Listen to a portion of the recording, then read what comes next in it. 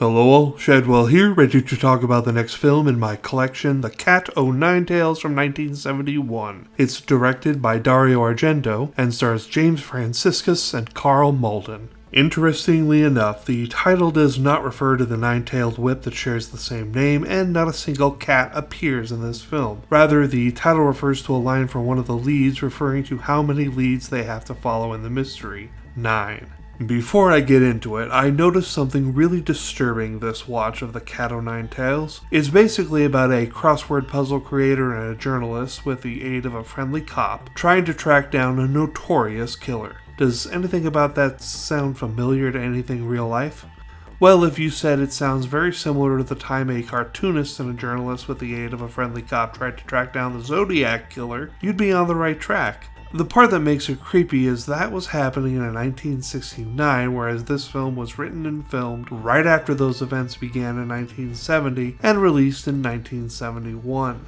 And it's not like that particular Zodiac hunt was a popular story until much later, when the cartoonist Robert Graysmith wrote a book that David Fincher's 2007 film Zodiac would be based on. To me, that is some creepy coincidences all lining up. Anyway, the movie is actually great. It certainly hasn't aged well, as there is some queer representation in it, and a plot line is based on some at-the-time pop science that became junk science some years later about chromosomal makeup and violent tendencies, but the narrative of the story is enthralling. I was hooked throughout the whole damn thing.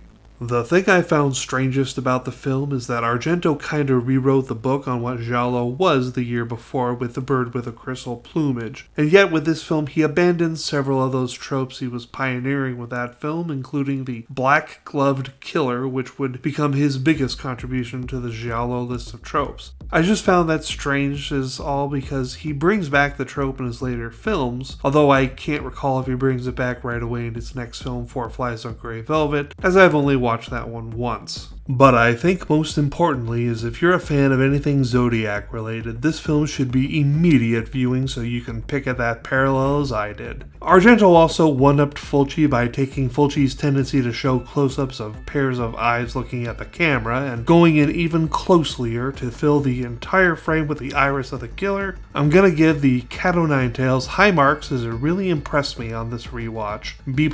Tomorrow it's a non-Miyazaki Studio Ghibli film called The Cat Returns, but fear not, Miyazaki fans, we have all his films coming up soon enough, back to back to back. See y'all then.